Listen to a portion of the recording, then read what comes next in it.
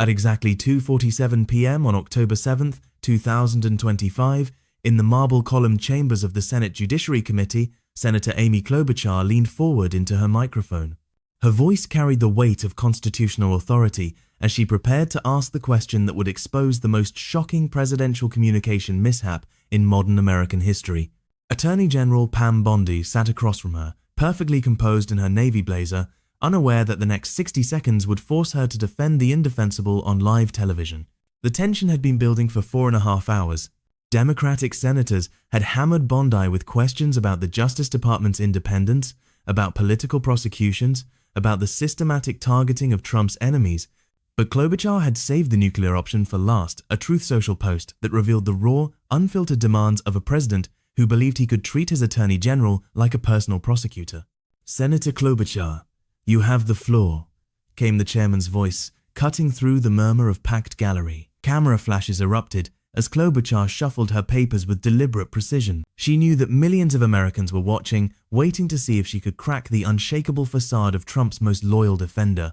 "General Bondi," Klobuchar began, her Minnesota accent adding gravity to each syllable, "I was going to ask you if you received advice, instruction, or requests from anyone at the White House to direct the department to engage in any investigations, prosecutorial actions, including decisions not to investigate or prosecute anyone." Bondi's response was immediate and practiced. "I am not going to discuss any conversations." Her tone was professional, almost dismissive, as if she was swatting away an annoying fly rather than answering a constitutional question about the separation of powers. But Klobuchar wasn't finished.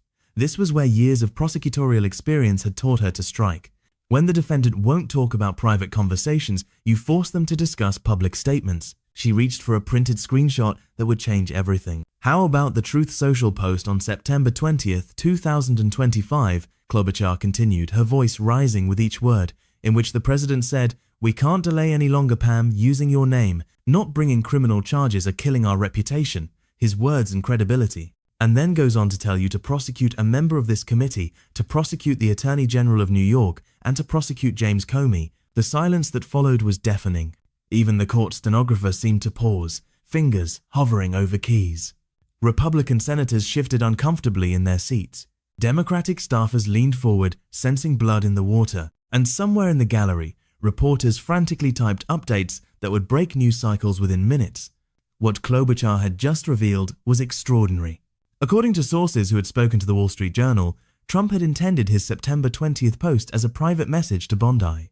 The president had apparently believed he was sending a direct communication when he typed, "Pam, I have reviewed over 30 statements and posts saying that, essentially, same old story as last time, all talk, no action. Nothing is being done. What about Comey, Adam Shifty Schiff, Letitia? They're all guilty as hell, but nothing is going to be done."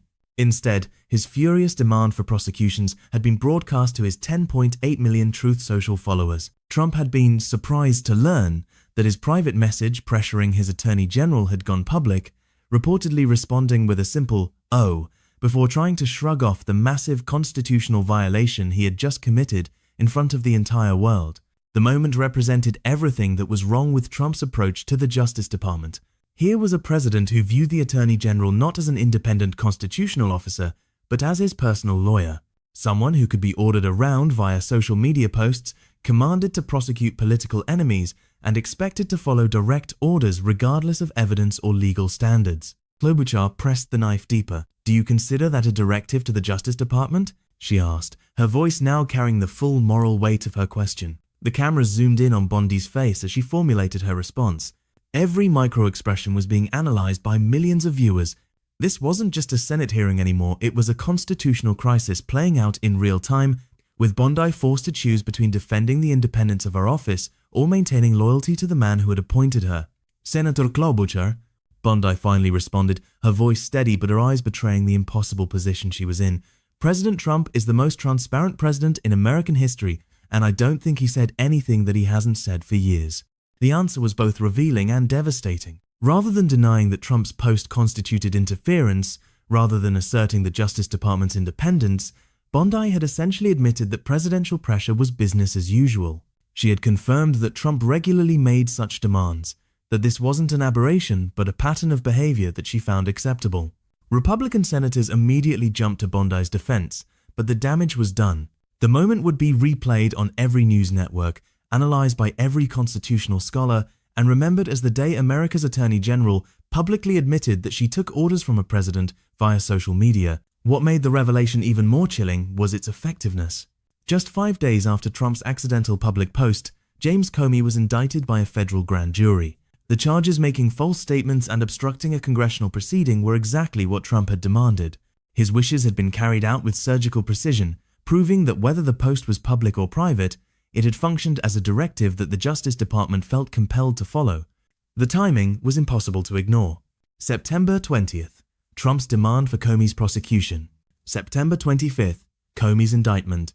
The 5-day turnaround suggested either remarkable coincidence or a Justice Department that moved at the speed of presidential tweets.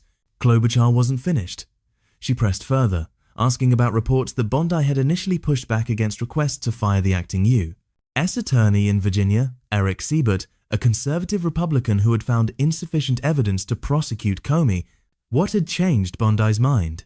"I am not going to discuss personnel decisions," Bondi replied, but the pattern was becoming clear. Prosecutors who refused to bring Trump's desired cases were removed. Those willing to pursue political prosecutions were promoted. The Justice Department had become an instrument of presidential vengeance. The hearing continued for another hour, but the damage was irreversible. Klobuchar had accomplished what months of investigations and hundreds of news articles couldn't do. She had forced Trump's Attorney General to publicly defend taking prosecution orders via social media. She had exposed the corruption of the Justice Department, not through leaked documents or anonymous sources, but through Bondi's own words on live television. As the hearing concluded and senators filed out of the chamber, the implications became clear. This wasn't just about one Attorney General or one Truth Social post. It was about whether the American justice system could survive a president who believed he could prosecute his enemies with a smartphone and a Twitter account. The exchange between Klobuchar and Bondi would be studied in law schools for decades, not as an example of effective oversight, but as a monument to how quickly democratic institutions could crumble when those sworn to protect them chose loyalty over law. In 60 seconds of questioning, Klobuchar had revealed the heart of American authoritarianism. It doesn't require jackboots or military coups, just an attorney general willing to take orders from social media. The most transparent president in American history had indeed shown the country exactly how he operated, and it was far more terrifying than anyone had imagined. But the story didn't end in that Senate chamber. Behind the scenes, federal investigators were quietly documenting a pattern that went far beyond a single social media mishap. The Truth Social post that Klobuchar had weaponized was just the tip of an iceberg that threatened to sink the entire concept of prosecutorial independence. Within hours of the hearing, leaked Justice Department communications revealed that Trump's September 20th post had sent shockwaves through federal prosecutors across the country. Career attorneys who had spent decades building cases based on evidence and legal merit suddenly found themselves wondering whether their work would be judged by presidential tweets rather than constitutional standards. One senior prosecutor, speaking on condition of anonymity, described the post as the death knell of prosecutorial independence. Another called it Nixon on steroids, referring to the Saturday Night Massacre when President Richard Nixon fired prosecutors who refused to drop investigations into his administration. But Trump had gone further. He had made his demands public, turning the Justice Department's submission into a spectacle for his political base. The revelations continued to cascade. Internal emails obtained by congressional investigators showed that immediately after Trump's post, Justice Department officials had begun frantically reviewing cases involving Adam Schiff, Letitia James, and James Comey. Prosecutors who had previously determined there was insufficient evidence to bring charges were suddenly ordered to reassess their conclusions. The transformation was swift and brutal. Eric Siebert, the conservative Republican prosecutor who had declined to charge Comey, was quietly reassigned to civil tax matters.